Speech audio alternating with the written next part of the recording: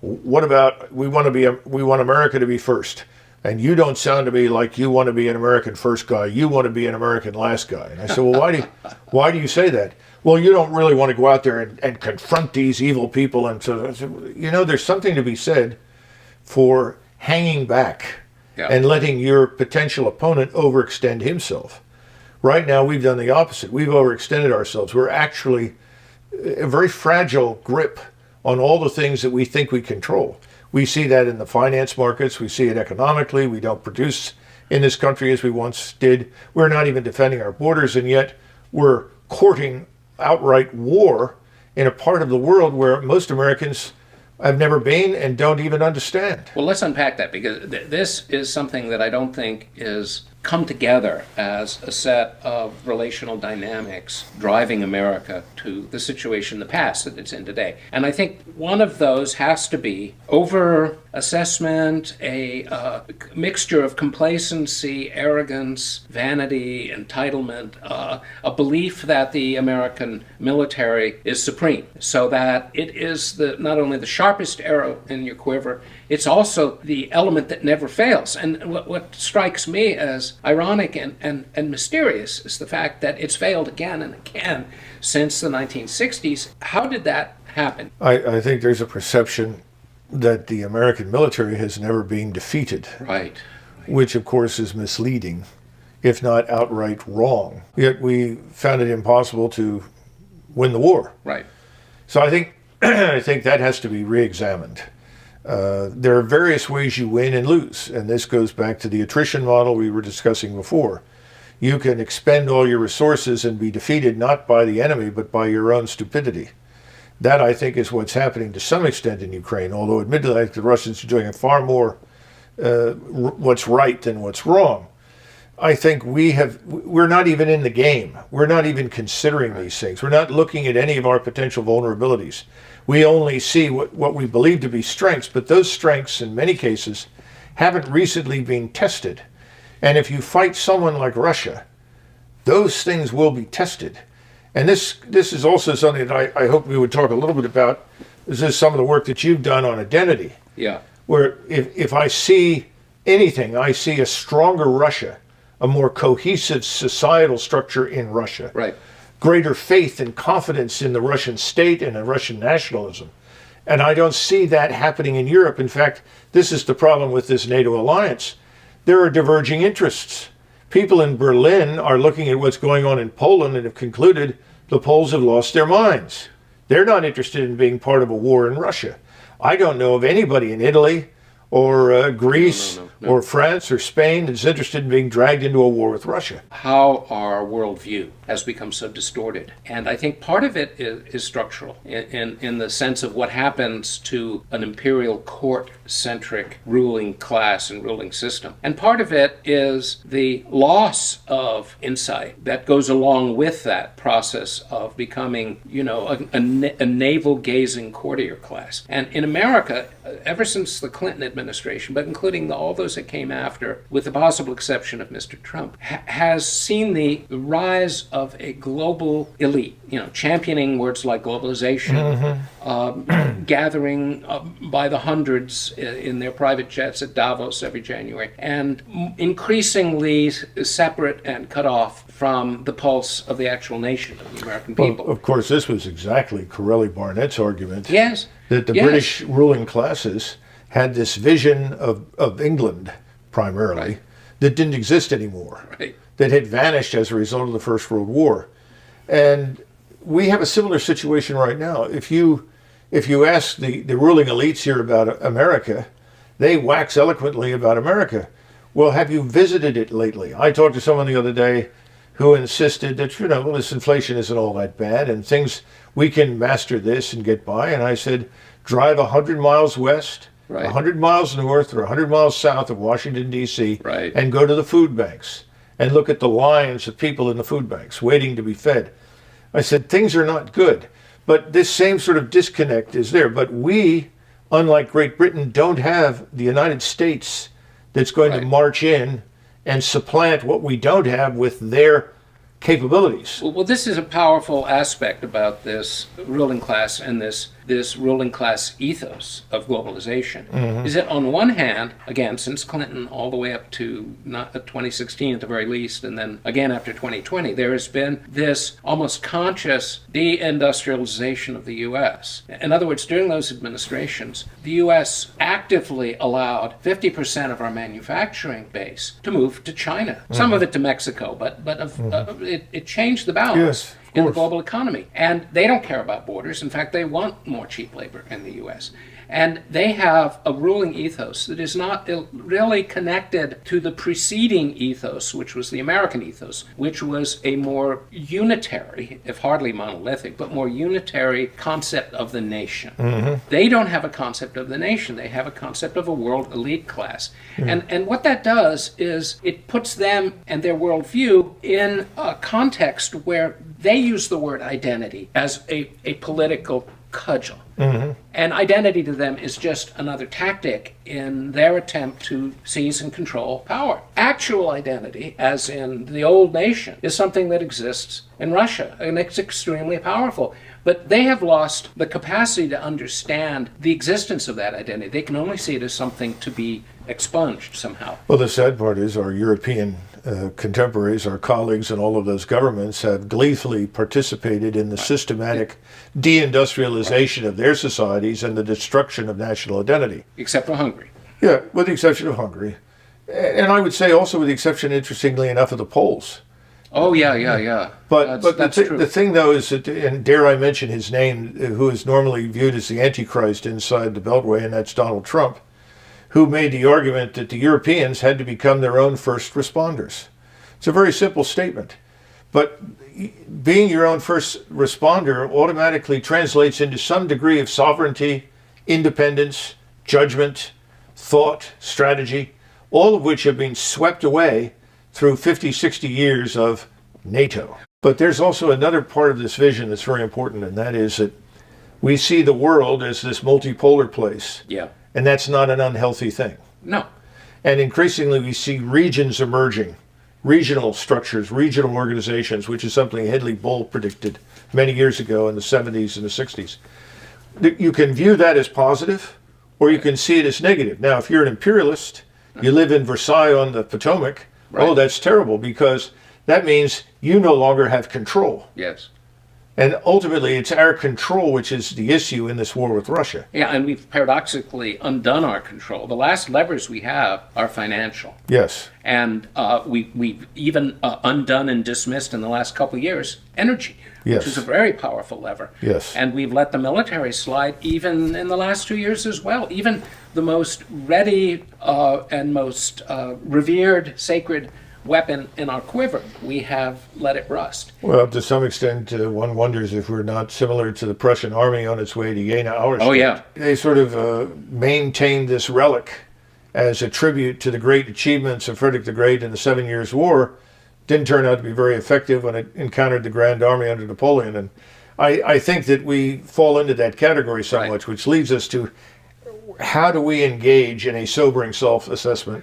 Well, if I could introduce the final chink, or the final piece that has come out as a chink in our situation, and that is that this blue globalist elite, for want of a better descriptive term, has become itself dependent on its anger and hatred of Russia. And I think in large part this is a case of being hoist to your own petard. The last thing we needed to do is get into a war with Russia. And yet somehow the political ploys that we've been talking about, that you mentioned, of re-ensnaring NATO, restitching their vassal status by using Russia, at some point got out of hand. You could say it was 2014 after. It still sort of hasn't tipped over. But I think what we saw in 2016 with the emergence of this mythology of the Russian bacterium, that it was infecting our body politic, and it was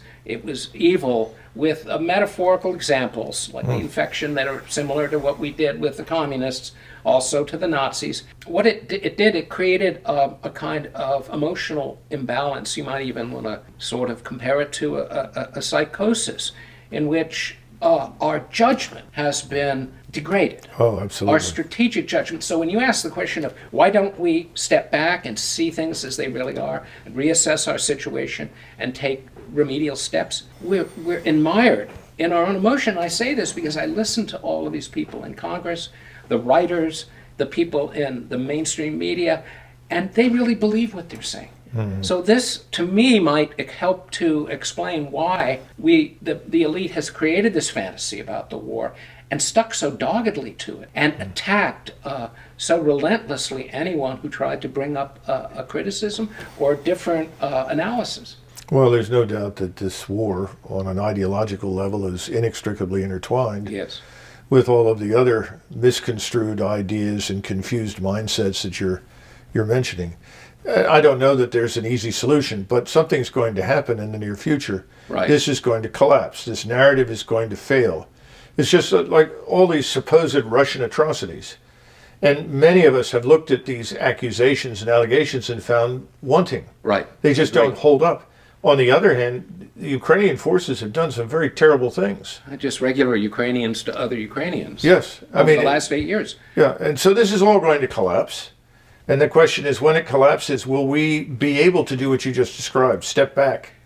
Now, there's one thing working in our favor, and that is that more and more Americans are saying, you want to march into Ukraine with 40,000 troops, Right. and 30,000 Polish troops, and 20,000 Romanian troops? What's wrong with our borders? Why don't we protect our borders? What are we doing for our own national security?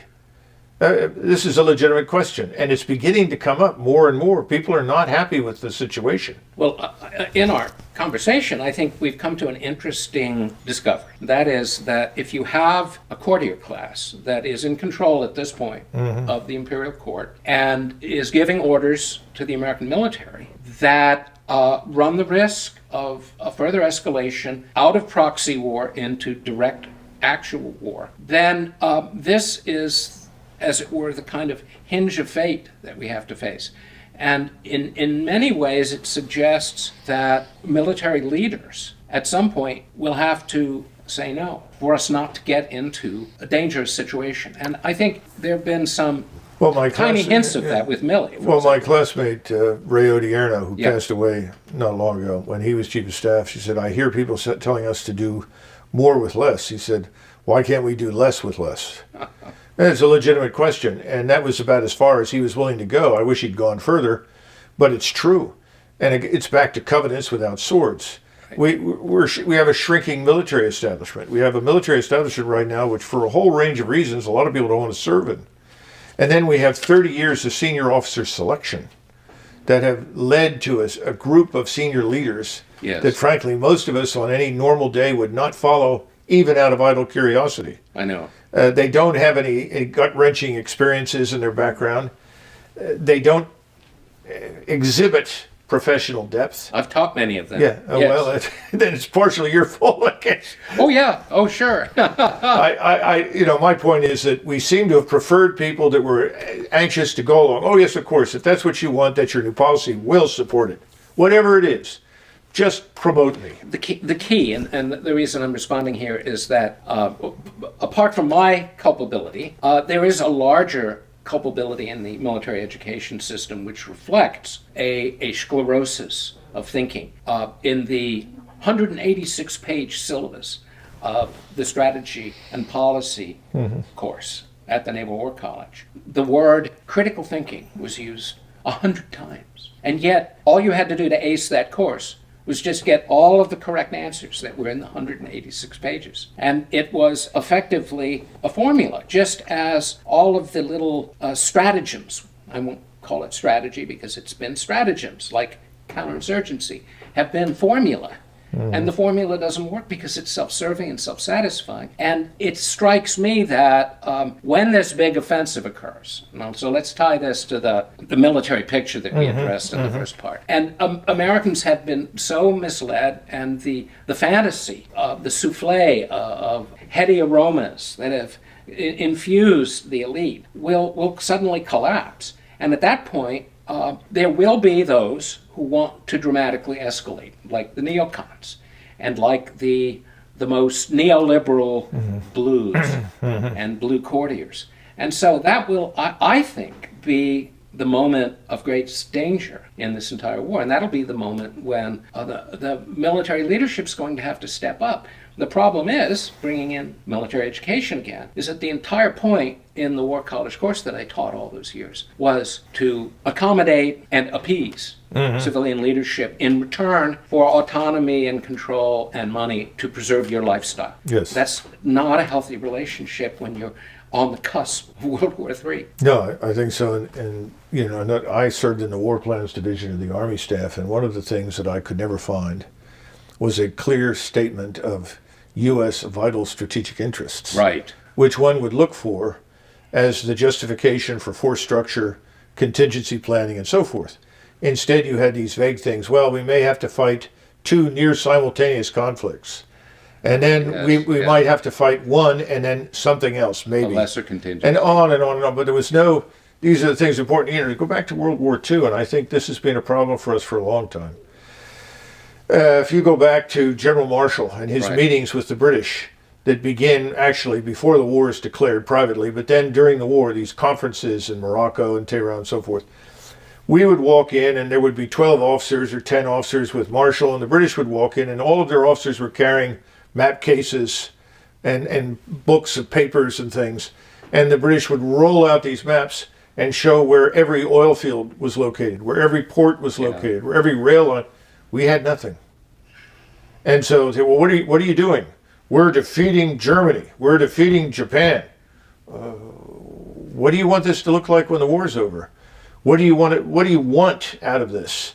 What do we want the world to look like? I mean, the British were thinking about those things. Of course, they're imperialists. They've been at this for hundreds of years. But we learned almost nothing from this. Well, we're still lost. If we are chosen by God to be His agent to redeem humanity, why should we look at anyone else? But I think, again, you raise another missing piece here, which is if you look at World War II, we didn't have, like in the 70s or 80s, a 1.5 war strategy or 2 war strategy. We had a 6 war strategy. We fought at least 6 wars: China, Burma, India, Southwest Pacific, the Navy in the Pacific, the Battle of the Atlantic, the war in Italy, and then the war in the North German plain. And we did it because we had everything. We had limitless everything. Almost limitless. Well, there were still limits. We don't admit to them. No, but we produced 80,000 combat aircraft in 1944. We gave thousands and thousands of aircraft to the Russians, et cetera, et cetera. But remember, there was a letter that was sent from Marshall to Eisenhower. And he said, look, you've got all the divisions you're going to get. This is in January, in the midst of the bulge. 90, yeah. You've got to fight this thing and win it. You're not going to get anything else. We can't do it. Yeah. We have all these other commitments, so get on with it and win the war. Well, it was an interesting letter, and it's powerful. But it was very important for Eisenhower. And this is something, and I'm not here to discuss whether he was a great president or a bad president. That's another issue entirely. But he did come to the presidency with a very acute sense of just how limited our resources really were and our manpower. And he saw the Second World War through a very different lens from, say, Kennedy or Nixon, who were in the fleet in the Pacific and were starry-eyed and amazed at the masses of ships and everything else. Didn't understand that it all came at a cost. This is a super point. And the fact that we had, again, using the Clausewitz nugget of, the culminating point of attack, we'd reached the culminating point of attack against Japan. Yes. I don't know that we could have pulled off the invasion of Japan or accepted as a nation the millions of casualties we would have. Well, this is your point on Okinawa that is not widely appreciated. Well, we lost 100,000 casualties on Okinawa and Iwo Jima together, and that's what the Japanese lost. And in other words, they lost fewer. They weren't dead, but to us, it was the casualties that mattered. And the fact is, that was a lesson that Eisenhower absorbed.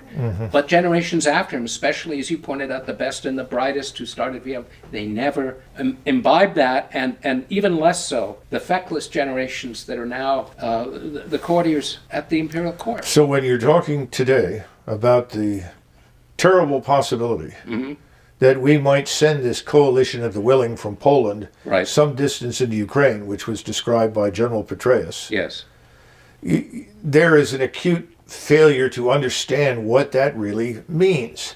How many replacements do you have standing behind these forces to replace the wounded?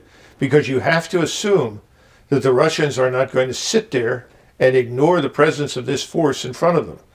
How many repair parts? How much fuel?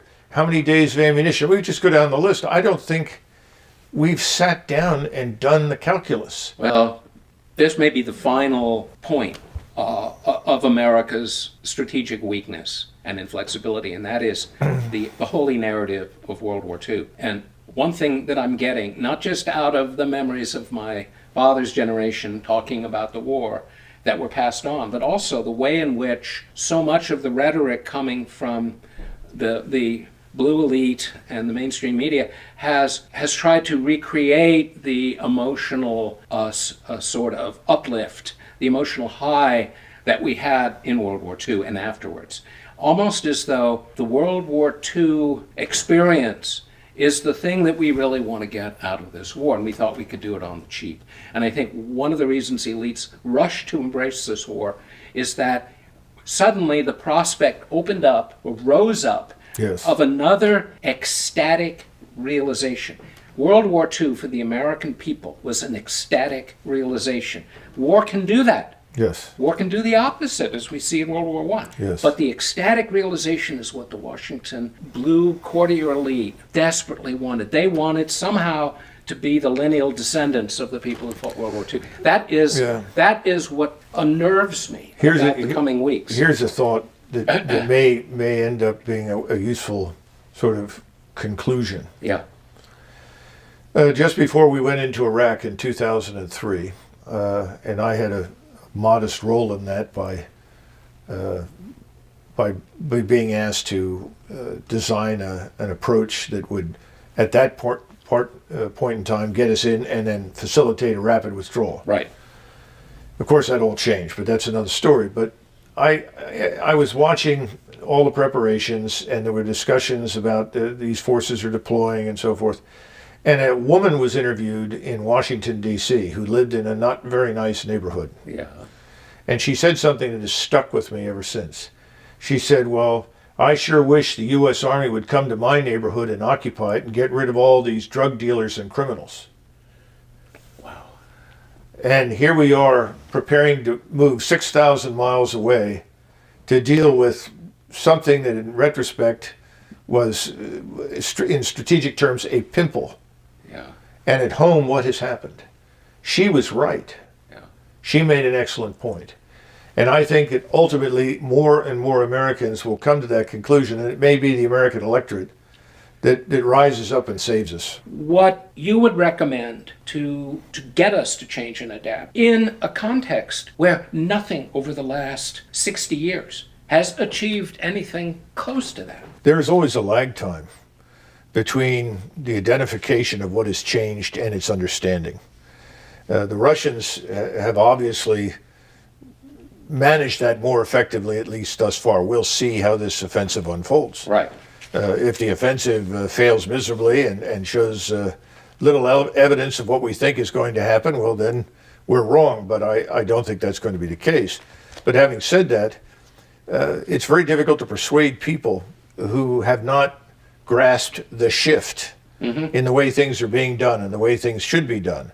Sometimes that shift is cultural. Sometimes it's political. Sometimes it's economic. What can we actually afford versus what we want? And you don't get the necessary change. It's Thomas Kuhn's paradigm shift. Yeah. And the principal paradigm shift today, it goes back to the first part of our discussion. And that is that we can sit across from each other and know virtually everything about the other person, the other side. We can strike everything with a standoff attack system. And there's no way to hide from it. There are ways to defeat it. Yeah. Hiding from it is much more difficult. And so what you see, you can destroy. And of course, we had a taste of this in the 70s where people said, if you can see it, you can shoot at it. Right. If you can shoot at it, you can hit it. If you can hit it, you can destroy it. Okay, fine. It killed you. This was just a tank shooting at another tank or something. We're way beyond this at this point. And that paradigm shift is this ISR strike coupling. And we tend on the ground to think in terms of, well, we're the maneuver force and where we go is going to win the battle. Well, the problem today is that unless you have mastered the ISR strike dimension, you're never going to get there. You're never going to have a chance to maneuver. Your maneuver force is going to be destroyed, whether it's getting off the beachhead or landing at the airstrip or anything else. And that's something that's very hard for people that have never seen it to grasp. Just as a point of information here, are the ancient origins of this at all in the Soviet reconnaissance strike? Oh, absolutely. That was the first serious intellectual attempt to come to terms with this reality. And of course, Ogarkov, and one of his star performers was Mahmoud Gareev, who wrote very recently, when I say recently, 20 years ago, it all depends on your perspective, If War Comes Tomorrow. And he addresses all of these things in the Russian context. And how do you cope? How do you adapt? And I think the Russians have come a long way. But remember, Putin initially was building a force that was designed to exclusively defend Russia. Yeah. Now he's compelled to do something different. He's compelled to build an offensive strike instrument with which to deter and potentially destroy opponents. This is the great gift that the blue elites that you're talking about have given to us. They've resuscitated the very thing they said they were setting out to stop. But even here, as we've talked, Putin is at heart a cautious leader, commander. And, again, following after Montgomery and also what we see in Surovikin. But the fact is that he has to design an offensive weapon that doesn't overextend itself. Right. And then expend itself in the effort. Yeah. Well, he's more sensitive to that than we are. Obviously, we are not even thinking intelligently about it, or we would not even consider something as utterly crazy as the coalition of the willing. Right. Unless the coalition of the willing is close to 1 million men and consists of a very different composition from the forces we have today. So when you look at the U.S. military today, we have to ask the question, what are we and what do we want to do? Well, the first thing is that we have historically never been a land power on a global basis.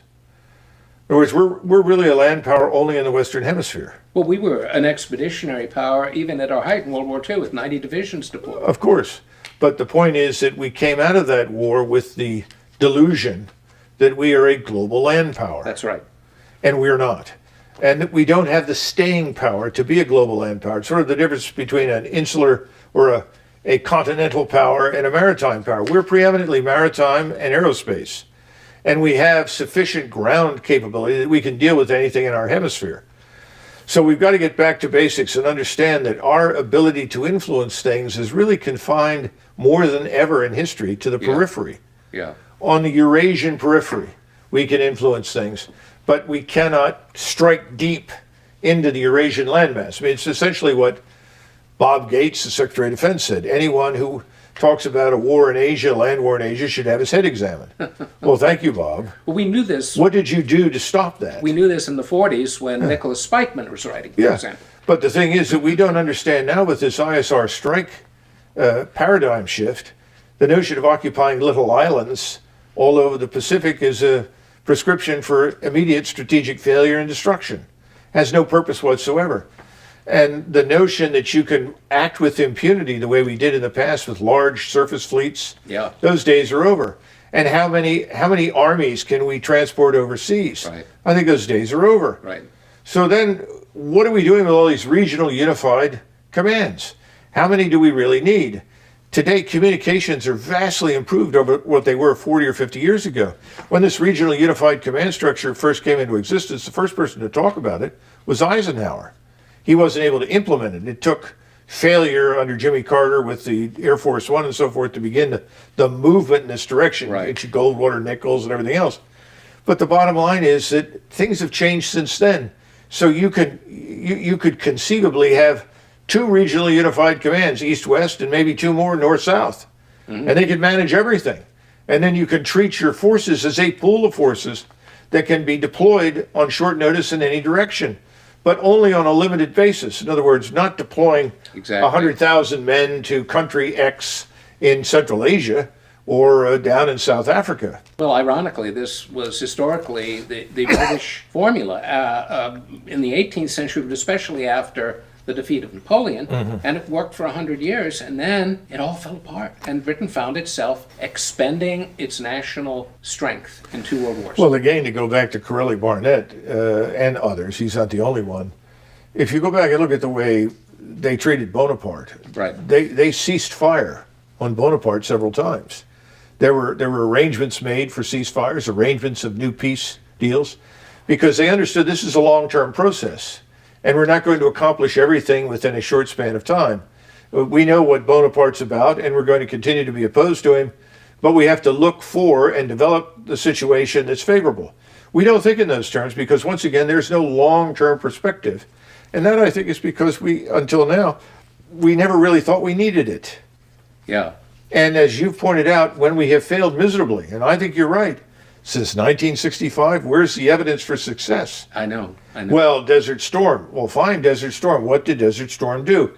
For a short time, it convinced everyone in the world that we were invincible, invulnerable, and so forth. However... But that was actually destructive. Yeah, it did not fundamentally change the strategic situation in the region because we didn't think about what we wanted when the war ended. Well, gets back to this ecstatic realization. It was like a perfect grand opera because we Yes. suffered almost no casualties. Right. And then it all went up in smoke within 3 or 4 years. And we celebrated ourselves and went home. Yeah. And the generals were happy to have it over with because they really didn't want to fight to begin with. And they Right. were afraid that nothing would work right because these were largely traumatized Vietnam veterans. That's And the various services fought their own wars.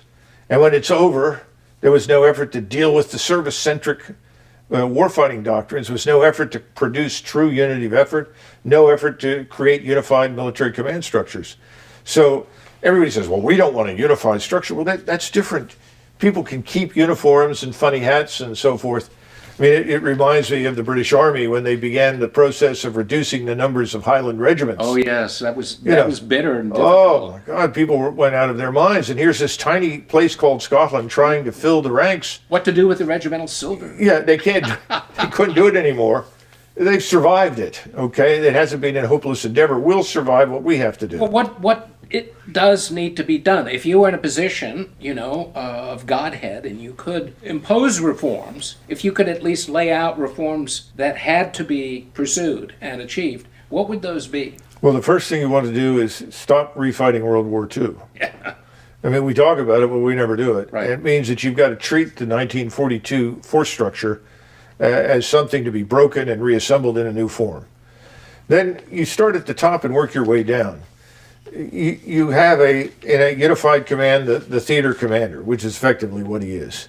And he has this joint staff. Right. But beneath him, he has all these single service headquarters. We can't afford them. They're too expensive. There are too many of them. We need to get rid of them. And we need to restructure those into standing joint force commands. And I would organize these around ISR, strike, maneuver, and sustainment. We still think of war essentially in a Clausewitzian or Geminian fashion. Yeah. And this G1, G2, G3, G4, G5 business, all of that can be folded into a new structure that is ISR, strike, Yeah. maneuver, and sustainment. Right. Because that's the way the naval forces That's and the true. air forces are effectively organized. And we are preeminently aerospace and naval power. So really you're talking about taking what is already experiential Yeah. and embedded in the thinking in the aerospace and naval community and pushing it into the ground force. Then you turn around and say, well, what are the new force, mission force capability packages look like? Right. Focused, excuse me. In other words, what are the units of issue that we're going to use? If you go to the Army today, well, we want X, Y, and Z. Here's a division. By the way, it has to have a core slice and a core headquarters. It's jobs for generals. Yeah, of course. So if you want us, we have to ship all our generals over there to do this job for you. And we're not going to be subordinate to somebody in the Marines or the Navy or the Air. That's out of the question. You've got to get past all this. So then you set up these joint force headquarters that are designed to take in these modules of combat power, whatever they are, and employ them productively.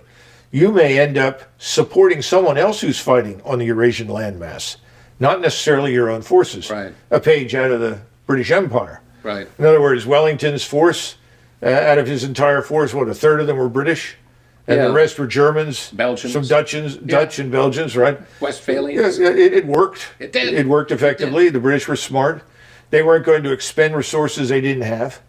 And they came out of this thing, on the profit side as opposed to the losing side of the margin. Yes, that's true. But the bottom line is we can do these things. We can set up these joint force commands. We can put them under the theater command. We can determine what needs to go into them.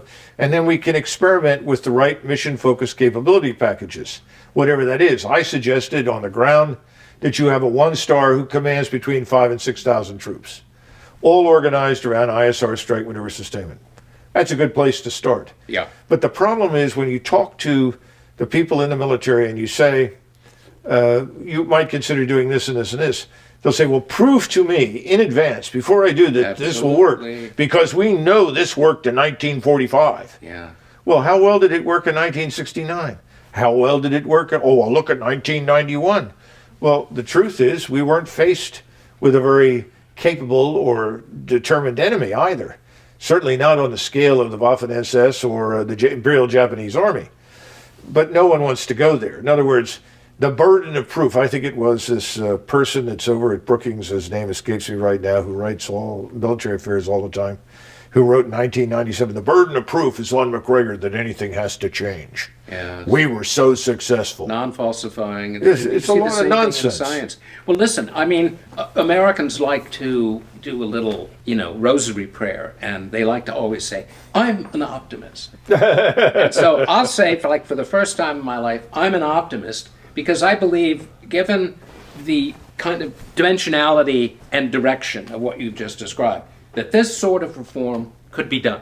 Yes. With someone with a vision and authority to do it, it could be done. Then, however, there is something I'm not optimistic about, and it has at the, if you will, spiritual knowledge core of our predicament for the last 60 years, and that is the ability to do real net assessment. This is something that I can't find a way out of, not because I can't personally do it, but having been in an institution that talked about the necessity of it and yet never engaged in it and refused to take the steps, cultural receptivity, empathy, all the rest, that would allow you to do it, has led me to believe that it simply can't happen within the very ironclad contours of the American ethos, which we know. In American exceptionalism, again, if you're the divine agent of the Almighty, then what you believe about yourself is ground truth. Well, the last president, and this is an interesting point on presidents in general. Yeah. Presidents all come to office with experience in domestic politics. Right. Some may have some appreciation or understanding of economics or not. But there are two other categories about which they know almost nothing. One is military affairs or defense, Right. and the other is foreign affairs. Right. That's the problem. Now, the last man who came in, who knew nothing about domestic politics at all, but did have an understanding of military affairs, foreign affairs, and some understanding of economics, was Eisenhower. Right. That is true. And if you go back to the 50s and look what he does, he's constantly scaling back on expenditures, canceling programs, throwing people out of his office who come in with dumb ideas. Even McNamara, who normally everyone enjoys pulverizing, Right. and with good reason, he had the common sense to tell a group of Army generals, they came into his office and said, well, we need, whatever it was, 32 divisions to deter and defeat the Soviet armed forces. This is before Vietnam. Yeah. He said, really? He said, well, how many ships and aircraft do you have to move the equipment and manpower for these 32 divisions? Yeah. Yeah. And ultimately they come back and say, well, we only have the ships and aircraft to move 18 or 20, whatever it was. He said, well, then that's what you're going to get, 20 divisions. Yeah. Don't come in here again and push stupid ideas. That's what the Ford Motor Company chair would say. Yeah, but that's a good thing, and you got to give him credit for that. The problem is we haven't had any of it for decades. Right. There's been no accountability. Now there is accountability, and that unfortunately tends to focus largely on who you slept with that you shouldn't have. Right. Which is something which would have been completely foreign and alien to John Pershing, Right. or George Patton, or any Right. number of it. What? Yeah. Not that these were immoral men, But there was this there's this disproportionate focus on things that don't count, Right. and no focus on the things that do, and a failure to understand that all people are flawed. And we have to accept the fact that human beings are flawed. But what do you want them to do? And this is back to, who are we as a nation? What do we want to do as a nation? Yeah. Do we want to be an English-speaking country with a free market that trades with everybody and tries to avoid wars and really doesn't want to fight with anybody, but will defend our interests and will defend our population, our citizens, with all at our disposal?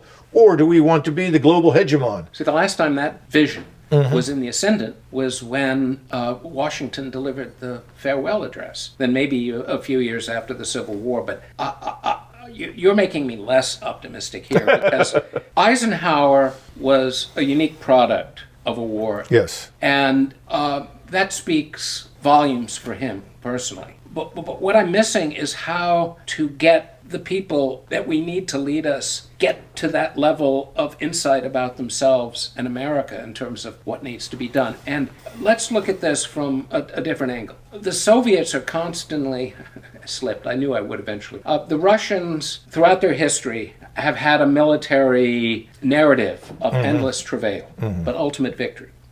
And those grave defeats that they've suffered have all served them well, because it took the defeat to create the awakening, to create the necessity. And all of America's defeats after World War II, say since the mid-60s, have not required any reckoning and have all been written off as overhead and then actually forgotten. So the big question here, and it's not something that either of us or anyone could answer, is would such a grand shock to the leadership of the U.S., its elites, courtiers, and the military, be enough to break all of the crenellated castle of prejudice that sits like a rock on the imperial city? Could it happen? Because that could be about what's to happen if certain things unfold the way we've discussed. But would such a blow begin to move the rock? Well, remember, Clausewitz talked about two kinds of wars: a war of decision, Yeah. which involved existential questions for the nation state, and what he called wars of observation, which I normally refer to as low-intensity conflicts or lesser contingencies. Right. We've been involved in lesser contingencies, low-intensity conflicts, frankly. Now we're dealing with Ukraine, and what we don't understand is that for Russia, this is an existential conflict.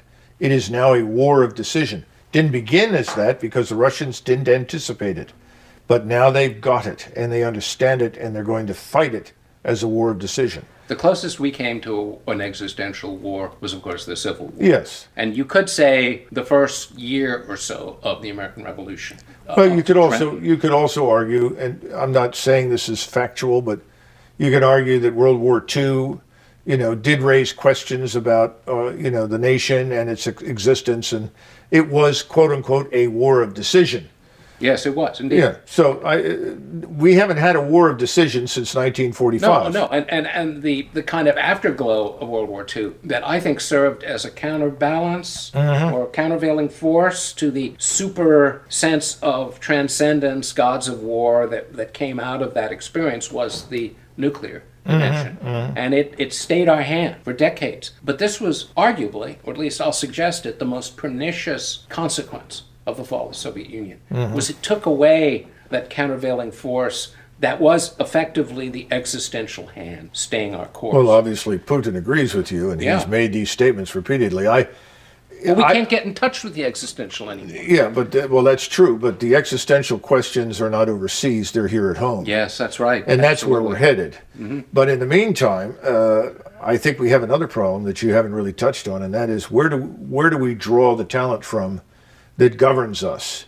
Well, where are the institutions that produce this sort of special breed of people? Well, historically, we turn to the Ivy Leagues and the service academies.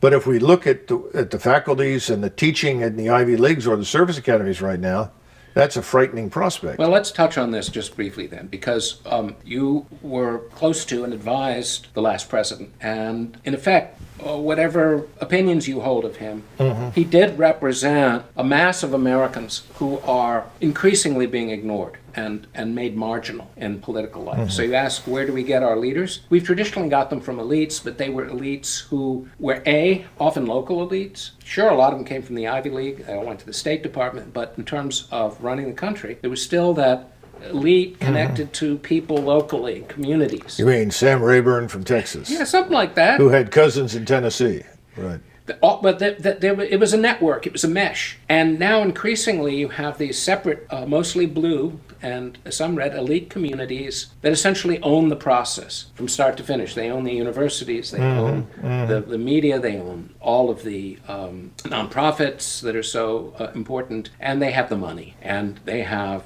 the two parties and the organization and structure and institutional authority of the two parties. So they're building what amounts to a hermetic, separate political system, something far less sensitive to the people even than a British society in the mid-18th century, which no one would argue was a democracy. But that elite still had capacity for social upward mobility, and it still had it took the pulse of people. Now increasingly you have a stern and an unforgiving, what Orwell would call the inner party. And the outer party, they are the thing that owns our political system. And so you ask the question, where do we get our leaders? That leads you back to the conundrum that I posed about ever being able to see things, because the entire prime directive of this elite is to preserve and extend its power and control. And it is engaged in doing that. We saw that during the pandemic, and we see it now in the conduct of the war, which is a wholly owned franchise of the Washington elite. And so I worry about this, and you're totally right when you say that the war of decision is at home, because you can't permanently marginalize and reduce to a kind of serfdom the majority of Americans, and I include there all of the blue constituencies who have essentially been marginalized already as well. Yes. They form the majority of Americans, and there is no pathway for the voice of this majority to be heard in America today. Unless the current elites are replaced by a different elite. Right, and that's emerges from a different milieu. That's right. And that's all tied up with what happens next. That's the revolution. Yeah, and well, it's also what happens when this narrative for Ukraine collapses. Yeah. That's part of it.